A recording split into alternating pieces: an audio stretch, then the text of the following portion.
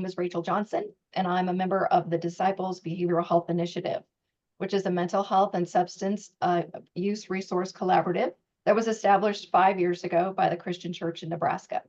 Our mission is to provide resources and support to disciples, leaders, and congregations around mental health and substance use concern. Today is the first of 4 quarterly meetings called Let's Connect, opportunities for self-care for persons within our Disciples Network. Hopefully today and in upcoming events, we'll connect with familiar and new people to listen, to share, and to learn that we are part of a greater community of care, striving towards greater wellness. Each quarter, we'll have a theme, and today's theme is what's next now that the holidays are over. Ruth and Melissa, would you like an opportunity to introduce yourselves? And then we can. I'm Ruth Few, and I have been on the Behavioral Health Initiative almost since its inception. I am a mostly retired clinical social worker. I still work part-time at Bryan Health here in Lincoln, Nebraska, as a clinical social worker doing group therapy and individual work with people. And I go to Edenton Christian Church. Melissa. Thanks, Ruth. Hi, I'm Melissa Strong. I am an ordained disciple clergy member. I am the head chaplain for Methodist Hospital, Methodist Women's Hospital in Omaha, Nebraska. And I am a member of First Christian Church here in Omaha. At Methodist, I also lead our resilience initiatives. So our resilience committee, and most recently implemented a 24/7 peer support program. So we do a lot with those kind of resilience initiatives and caring for ourselves. So we're excited to be here with you guys today. Today, Ruth, Melissa, and myself will be guides for reflection and conversation. Ruth will guide us in reflecting on how the season had cup-filling moments. Melissa will transition into recognizing times when the cup may have been emptied. We'll talk about what we're doing now to refill the cup as we navigate the seasonal challenges of winter. We're scheduled till about 1:30, but that is to allow us to be available after the bulk of our conversation is over, sometime around 1. We trust that all the stories, whether heartrending or joyful, will be kept within the confidence of this space. We also trust that everyone here will take whatever breaks you need to tend to your own self-care. Please mute your microphones when not speaking. And now I'd like to invite everyone to mute other electronic devices and to center yourself in your chair and join me in a time of prayer. And then we can pause. Melissa. Hello. So we talk about recovery from the holidays, and not all things that happen after the holidays are things from which we want to forget. Many of the things that happened over the holidays were refreshing or happy. And I wonder what kinds of things you might think about or want to keep in your heart that were things that filled your heart during the holidays. Give that some thought and hold it with you as you remember those things that were happy times or pleasant times, things that are going to be part of the season of 2023 holiday that you want to remember.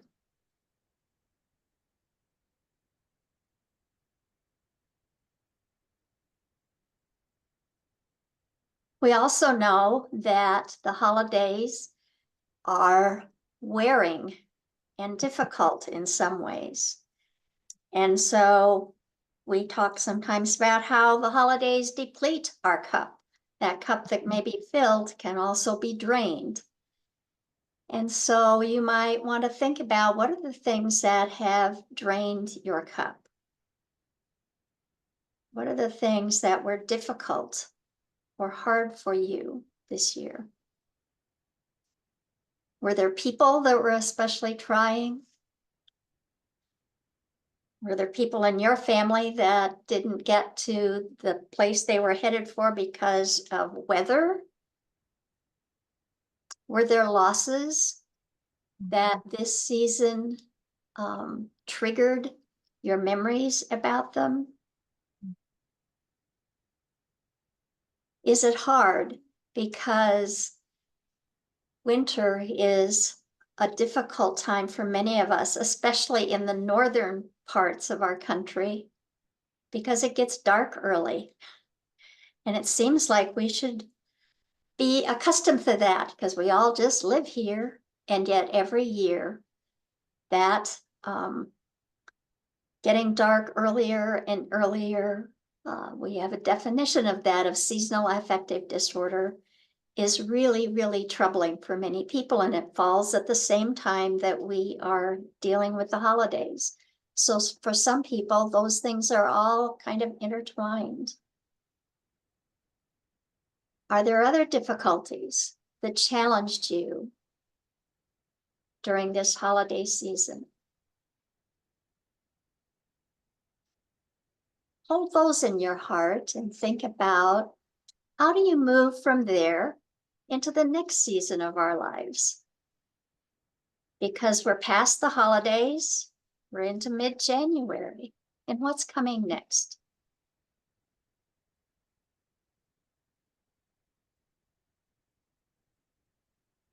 One of my favorite people recently is a woman by the name of Nadia Bolz-Weber. She's my current favorite blogger. She is a recovering addict and a Lutheran pastor. She happens to have more tattoos than any woman that I know. She's a public theologian, progressive, sometimes a little irreverent, and I love the things that I read of hers. Most of my pastor friends enjoy reading her work and find her a person that they enjoy hearing about. And she has done a blog recently called A Blessing for the New Year that I thought might be of interest for us to think about as we think about, where do we move beyond the holidays? And she talks about, rather than New Year's resolutions, she said, think about the fact that there is no resolution that, if kept, will make you more worthy of love.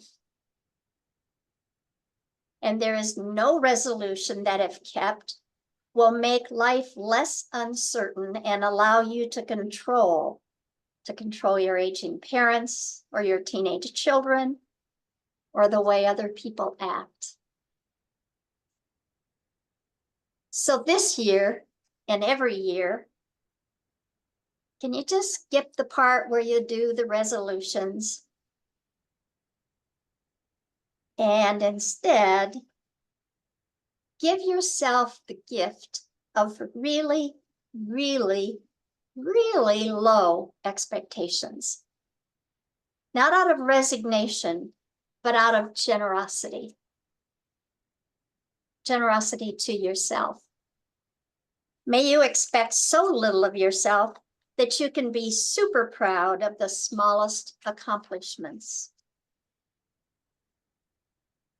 May you expect so little of the people in your life that you actually notice and cherish every small, lovely thing about them.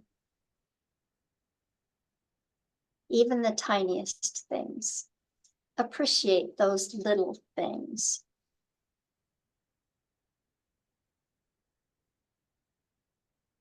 May you expect to get so little out of 2024 that you can celebrate every single thing it offers to you, however small it may be, because you deserve joy and not disappointments.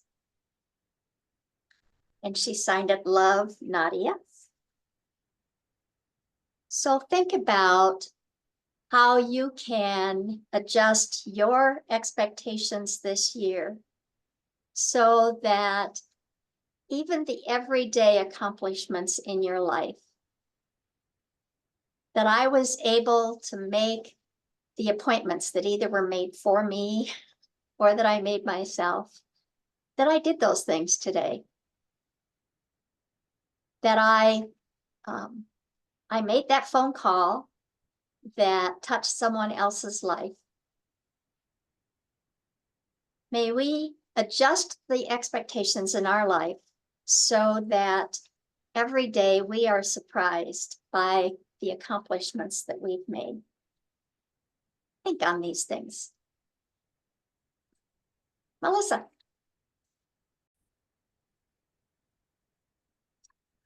Well, thank you, Ruth, for that. And I think that's so important for us all to kind of think as I think in the United States, so many people like expect things of us, and we expect a lot of ourselves too. And so to have that reminder to sit back and say, wow, maybe I don't have to accomplish everything today. And that's part of what I wanted to kind of touch on, is kind of the complicated nature of our feelings and our thoughts. Is that even, you know, during holidays, there may be joy and there may be grief all at the same time. And how do we make space for that?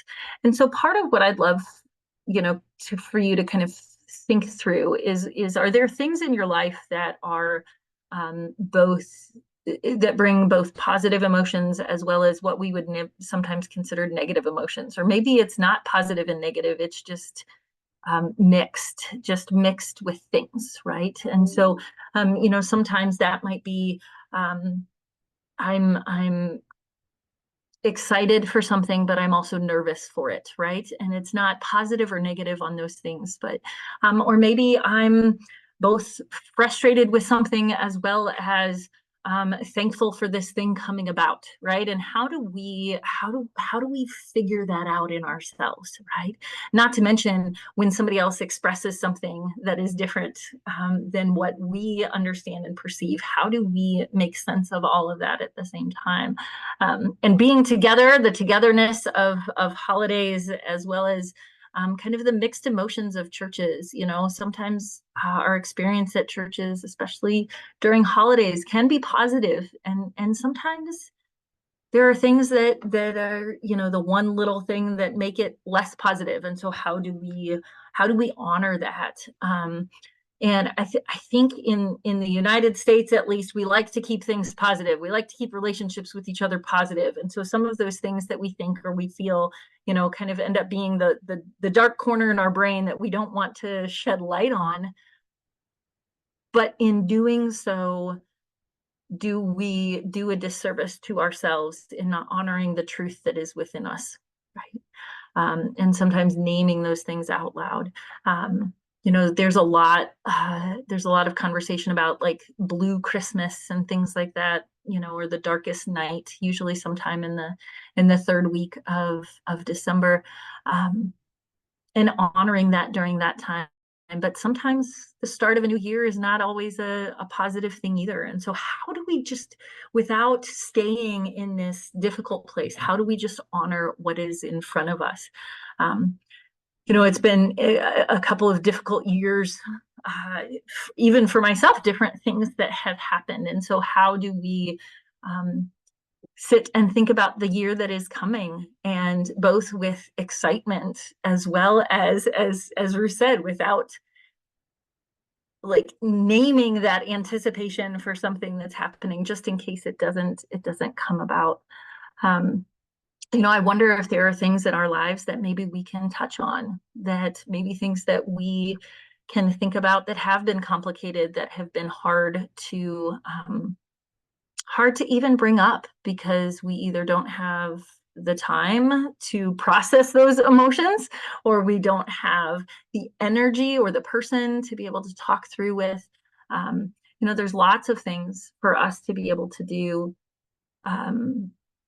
There's lots of things for us to be able to take care of ourselves in the midst of this. And so how do we bring up maybe a hard thing sometime that we know that we need to process through, and we know that it brings up negative emotions or difficult emotions or difficult memories, but maybe it's something that we need to think through, or maybe time with our family over the holidays have brought up stuff from when we were younger.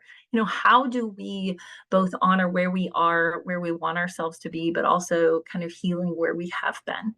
And I think that's where the complication sometimes comes. So I wonder what those things are for you. Those things are for you that maybe you experienced during the holidays. Um, is it somebody that you're missing? Maybe it's a parent or even a child that has died and you are missing their presence. Maybe you have fond memories of Christmas time, and how do we mix that, or how do we hold space, I should say, for both the really positive things that we feel and we remember with this tough grief that sometimes shows up? How do we even just be present with both those things at once? Or if you've had a pregnancy loss, right? Infertility and pregnancy loss, that journey is incredibly difficult. And so how do you make space for those things? Or maybe it's not even the death of a person. Maybe it is the death of a dream. Maybe it's a tradition that you've always had and something happened, or you sold your home and it's no longer in that home anymore. Or maybe it's a certain recipe, or that you can't bake anymore. Or it could be all kinds of things. And that's the thing, I think, with grief, is sometimes we associate grief just with the person and not necessarily with a loss in general, right? We can grieve an experience that we don't have, or a dream that we had that won't come to fruition. And yet there are many times, like, gifts in the midst of that. And so how do we bring voice to that, right?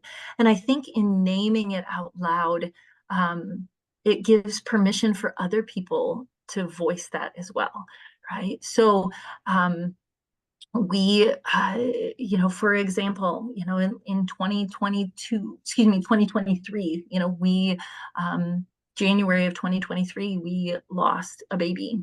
And yet the rest of the year, there are things that happened that both I grieve that baby, but also I was thankful to not have a newborn in the midst of those difficult experiences. And so how do we honor these things that we balance together, these feelings, or these experiences that we have? Because it's all good, right? Emotions and feelings aren't good or bad. They're not. They are just there. And so can we make space for that?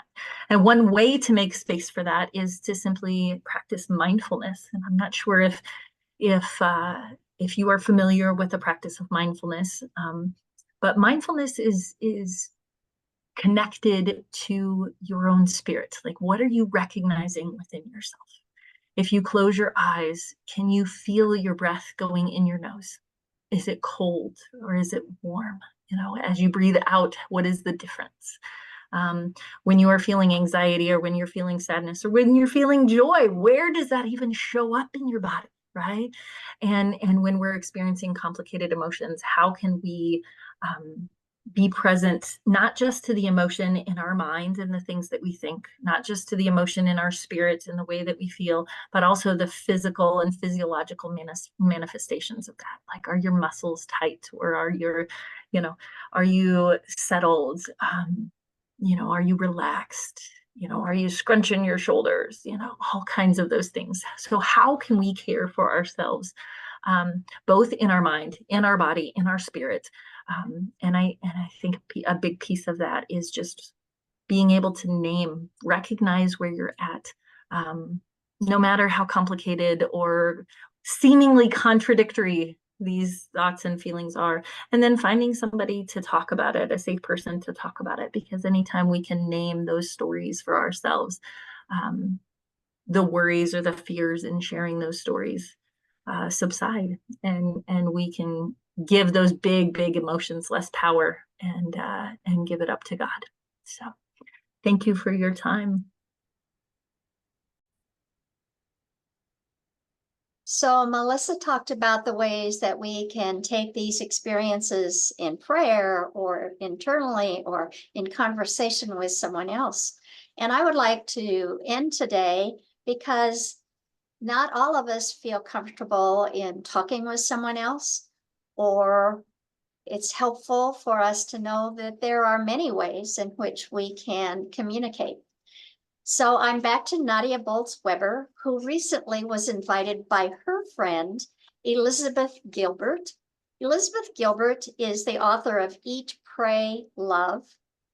And she invites on her blog a variety of people to write a letter to themselves from the position of pure, unconditional love, that is self-love.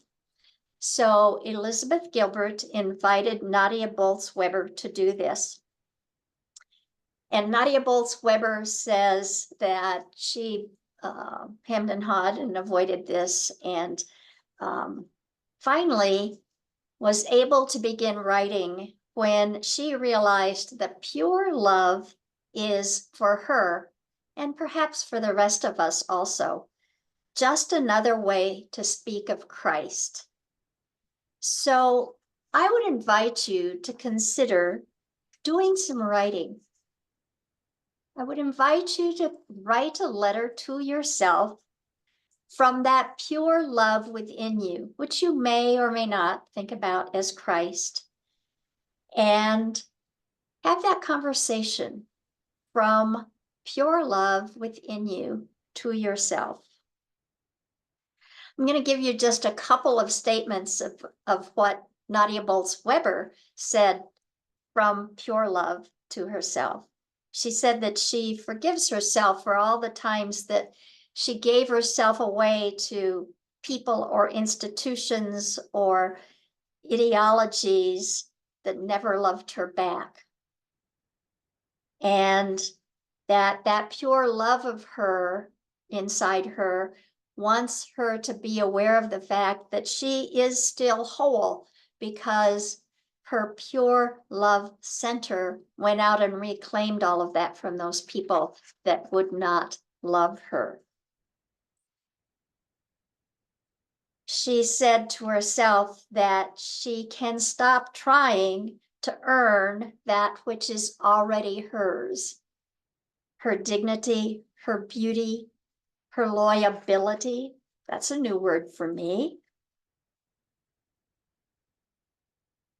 She said that she is already worthy of love, so there is nothing that can be done to earn it. Well, those are all pretty big concepts, and I don't think my letter of love from my innermost to myself will be quite that fine, but I'm going to give it a try. I'm going to spend some time writing a letter of love to myself, just to see what that feels like, and to explore a little more of the fine me that I don't acknowledge a lot of the time. And I would wish that for you also. Thank you for being with us today.